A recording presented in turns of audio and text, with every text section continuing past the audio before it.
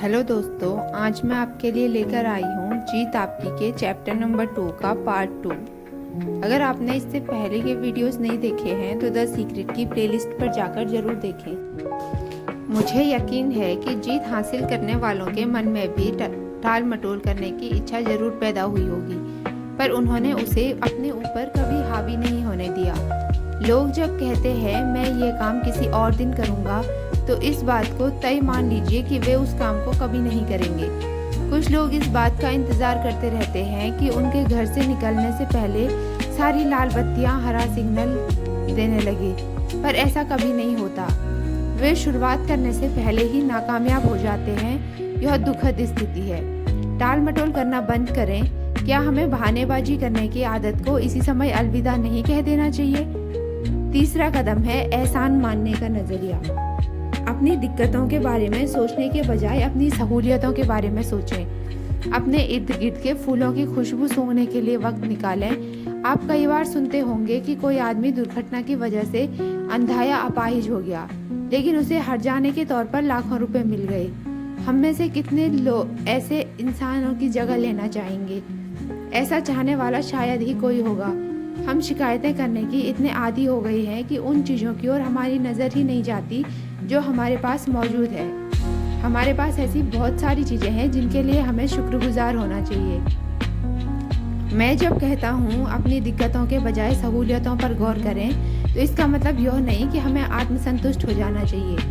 एहसानमंद होने के नज़रिए का मतलब आत्मसंतुष्ट नहीं है।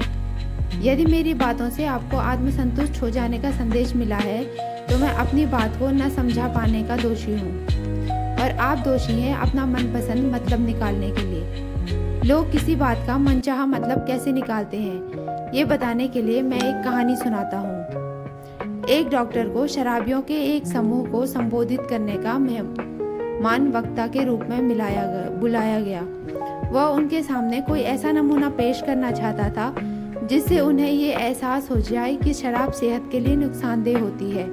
उसने 2 कांच के बर्तन लिए, एक में साफ पानी भरा और दूसरे में शराब भरी। उसने साफ पानी में एक केंचुआ डाला, वो आसानी से तैरता हुआ पानी के ऊपर आ गया। फिर उसने एक केंचुआ शराब में डाला और सबकी आंखों के आगे टुकड़े टुकड़े हो गया। वह ये साबित करना चाहता था कि शराब के अंदर ऐसा ही असर होता है। नमूना पेश करने के बाद उसने शराबियों के समूह से पूछा कि उन्हें इससे क्या सीख मिली। उनका सवाल सुनकर पीछे बैठे एक शराबी ने जवाब दिया, इसका मतलब ये है कि शराब पीने से हमारे पेट में कीड़े नहीं होंगे। क्या उस कहानी का यही संदेश था? बिल्कुल नहीं। किसी बात का मनचाहा मतलब ऐसे ही निकाला जाता है। हम वो नहीं सुनते जो हमें सुनाया जाता है, बल्कि हम वो सुनते हैं जो हम सुनना चाहते हैं। हमें मिली बहुत सारी नियामतें छुपे हुए खजाने की तरह है। हमें अपनी दिक्कतों के बारे में नहीं, बल्कि अपनी नियामतों के बारे में सोचना चाहिए। चौथा कदम है लगातार ज्ञान हासिल करने का कार्यक्रम बनाइए।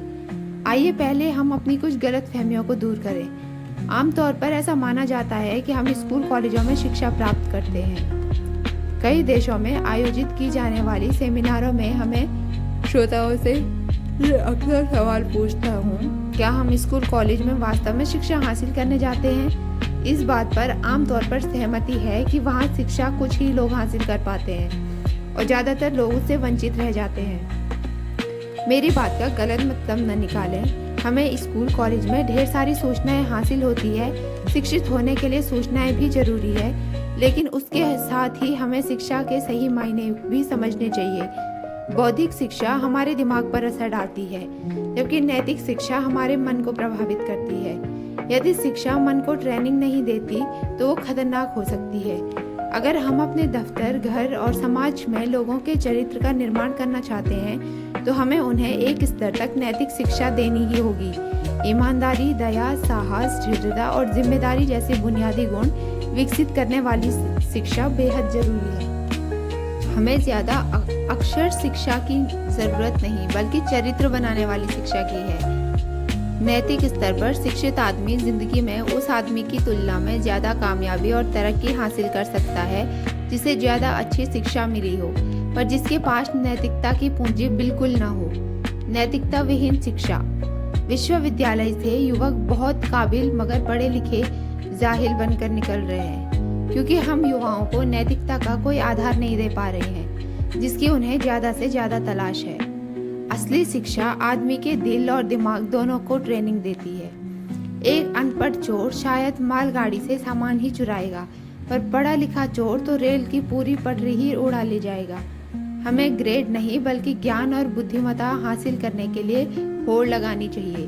तथ्यों को जानने से ज्ञान हासिल होता है और उनका सरलीकरण करने से समझदारी प्राप्त होती है। कोई आदमी अच्छा ग्रेड और ऊंची डिग्री हासिल करने के बावजूद अशिक्षित रह सकता है। ज़्यादा सीखे बिना अच्छे ग्रेड और डिग्री तो मिल जाती है, लेकिन सबसे अहम बात कोई सीख सकता है तो वो ये है कि सीखने के सही तरीके को सीखे।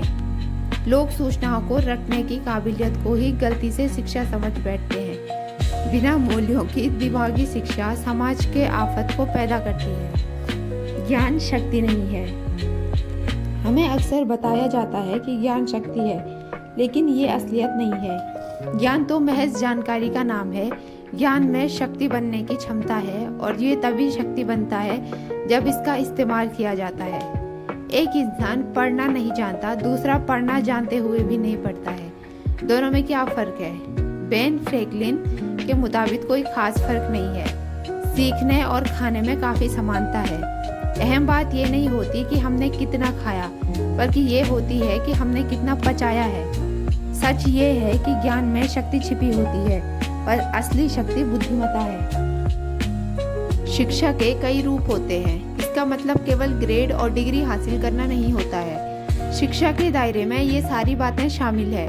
अपनी शक्ति को बढ़ाना, आत्म अनुशासन सीखना, दूसरों की बातें ध्यान से सुनना, सीखने की गहरी इच्छा होना। हमारा दिमाग मांसपेशियों की तरह होता है। उसका तेज या मंद होना इस बात पर निर्भर होता है कि उसका इस्तेमाल कितना करते हैं। अगर आप सोचते हैं कि ज्ञान पाना महंगा है तो अज्ञानी बन के देखो। जरूरी नहीं कि शिक्षित व्यक्ति सही फैसला करे। एक आदमी सड़क के किनारे समोसे बेचा करता था। अनपढ़ होने की वजह से वो अखबार नहीं पढ़ता था, ऊंचा सुनने की वजह से वो रेडियो नहीं सुनता था और आंखें कमजोर होने की वजह से उसने कभी टेलीविजन भी नहीं देखा था। इसके बावजूद वो काफी समोसे बेच लेता था। उसकी बिक्री और नफे में लगातार बढ़ोतरी होती गई। उसने और ज्यादा आलू खरीदना शुरू किया, साथ ही पहले वाले चूल्हे से बढ़िया चूल्हा खरीद कर ले आया। उसका व्यापार लगातार बढ़ रहा था।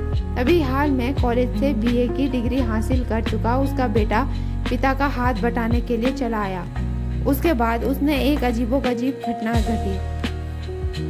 बेटे ने उस आदमी से पूछा, पिताजी क्या आपको मालूम है कि हम लोग एक बड़ी मंदी का शिकार होने वाले हैं? पिताजी ने जवाब दिया, नहीं, लेकिन मुझे उसके बारे में बताओ। बेटे ने कहा, अंतर्राष्ट्रीय परिस्थितियां बड़ी गंभीर है, घरेलू हालात तो और भी बुरे हैं। हमें आने वाले बुरे हालात का सामना करने के लिए तैयार हो जाना चाहिए। उस आदमी ने सोचा कि उसका बेटा कॉलेज जा चुका है, अखबार पढ़ता है और रेडियो सुनता है, इसलिए उसकी राय को हल्के ढंग से नहीं लेना चाहिए। दूसरे दिन से उसने आलू की खरीद कम कर दी और अपना साइन बोर्ड नीचे उतार दिया। उसका जोश। इस कहानी से हमें क्या सीख मिलती है? इससे ये नतीजे निकलते हैं कि हम अपनी सोच के मुताबिक खुद को आत्मसंतुष्ट करने वाली भविष्यवाणियां कर देते हैं। कई बार हम बुद्धिमत्ता को अच्छा फैसला मानने की गलती भी कर बैठते हैं। एक इंसान ज्यादा बुद्धिमान होने के बावजूद गलत फैसला कर सकता है। अपने सलाहकार सावधानी से चुनिए, लेकिन अमल करने अपने ही फैसले पे करिए। अगर किसी इंसान में आगे दी हुई 5 खूबियां हो तो वो स्कूली शिक्षा हासिल किए बिना कामयाब हो सकता है। पहला चरित्र, दूसरा प्रतिबद्धता, तीसरा दृढ़ विश्वास, चौथा तहजीब और 5वां साहस। कई लोग ज्यादा ज्ञानी हैं, उन्हें चलता फिरता विश्वकोश माना जा सकता है, पर दुख की बात है कि इसके बावजूद वे नाकामयाबी की जीती जागती मिसाल होते हैं। समझदारी का मतलब किसी हुनर को तेजी से सीखना है। हुनर एक योग्यता है, क्षमता में योग्यता और सीखे गए हुनर को अमल में लाने की इच्छा, ये दोनों बातें शामिल होती है। इच्छा वो नजरिया है जो किसी हुनरमंद इंसान को क्षमतावान बनाता है। बहुत से लोग हुनरमंद तो होते हैं लेकिन सामर्थ्यवान नहीं होते, क्योंकि सही नजरिए के बिना काबिलियत व्यर्थ जाती है। यूनिवर्सिटी की पहली जिम्मेदारी ज्ञान देना और चरित्र निर्माण होता है, न कि व्यापारिक और तकनीकी शिक्षा देना। शिक्षित होने का मतलब क्या है? हमें शिक्षित किसे मानना चाहिए? पहले वे जो रोजाना आने वाले हालात का सामना सही ढंग से करते हैं और वे जो हालात का सामना होने पर सही निर्णय लेने और सही कदम उठाने में शायद ही कभी चूकते हों। दूसरे वे जो दूसरों के साथ व्यवहार में बड़प्पन दिखाते हैं, दूसरों के अप्रिय व्यवहार और बातों को बुरा नहीं मानते और अपने सहयोगियों के साथ उतने भले होते हैं जितना एक इंसान हो सकता है। और आगे वे जो अपनी खुशियों पर काबू रखते हैं और कठिनाइयों को अपने ऊपर हावी नहीं रहने देते और कठिन परिस्थितियों का मुकाबला एक बहादुर इंसान की तरह करते हैं जो इंसानी फितरत है। और सबसे बड़ी बात है कि वे लोग जो सफलता मिलने पर बिगड़ते नहीं, जो अपनी असलियत से मुंह नहीं मोड़ते, साथ ही बुद्धिमान और धीरे गंभीर व्यक्ति की तरह ढिढरा से जमीन पर पैर जमाए रखते हैं। तुक्के से मिली अच्छी चीज़ों पर खुश होने के बजाय जन्म से मिली काबिलियत और बुद्धि से प्राप्त कामयाबियों पर खुश होते हैं। खुश होने की ऐसी प्रवृत्ति उनकी बचपन से ही होती है। जिन लोगों के चरित्र में इनमें से एक दो नहीं बल्कि सारे गुण हैं, जिन्होंने ये सभी बातें सीखी है, वे ही सर्वगुण संपन्न सच्चे अर्थों में शिक्षित हैं। थोड़े में कहें तो पढ़े लिखे लोग वे हैं जो किन्हीं भी हालात में साहस और अक्लमंदी से काम करना तय करते हैं। अगर कोई मूर्खता के बजाय समझदारी, बुराई के बजाय अच्छाई और असभ्यता के बजाय सद्गुण को चुनता है तो ऐसे आदमी के पास स्कूली डिग्रियां न होने के बावजूद उसे शिक्षित माना जाना चाहिए। बहुमुखी शिक्षा क्या है? एक जंगल में कुछ जानवरों में स्कूल शुरू करने का फैसला किया। छात्रों में एक चिड़िया, एक गिलहरी, एक मछली, एक कुत्ता, एक खरगोश और दिमागी तौर पर एक कमजोर ईल मछली शामिल थी। पाठ्यक्रम तय करने के लिए एक बोर्ड बनाया गया। बोर्ड ने तय किया कि छात्रों को बहुमुखी शिक्षा दी जानी चाहिए और उन्हें उड़ना, पेड़ पर चढ़ना, तैरना व बिल खोदना सिखाया जाएगा। हर जानवर को सभी तालीम हासिल करने की पाबंदी थी। चिड़िया उड़ान भरने में माहिर थी, उसने इस विषय में ए ग्रेड हासिल किया, जबकि बिल खोदने की बारी आई तो अपनी चोंच और पंख तोड़ बैठी, असफल साबित होने लगी। इस नाकामयाबी पर ऐसा असर पड़ा, जल्द ही उसे उड़ान भरने में भी सी ग्रेड मिलने लगा। पेड़ पर चढ़ने और तैरने में तो वो फेल ही हो गई। गिलहरी पेड़ पर चढ़ने में काफी कुशल थी, लेकिन वो तैरने में असफल हुई। मछली सबसे अच्छी तैराक थी, लेकिन वो पानी से बाहर ही नहीं निकल सकती थी, इसलिए बाकी सभी विषयों में फेल हो गई। कुत्ता स्कूल गया ही नहीं, उसने फीस भी जमा नहीं की और प्रबंधकों को इस बात को लेकर झगड़ता रहा कि पाठ्यक्रम में भौंकना भी शामिल किया जाए। खरगोश को बिल खोदने में ए ग्रेड मिला, लेकिन उसके लिए पेड़ पर चढ़ना एक बहुत बड़ी समस्या थी।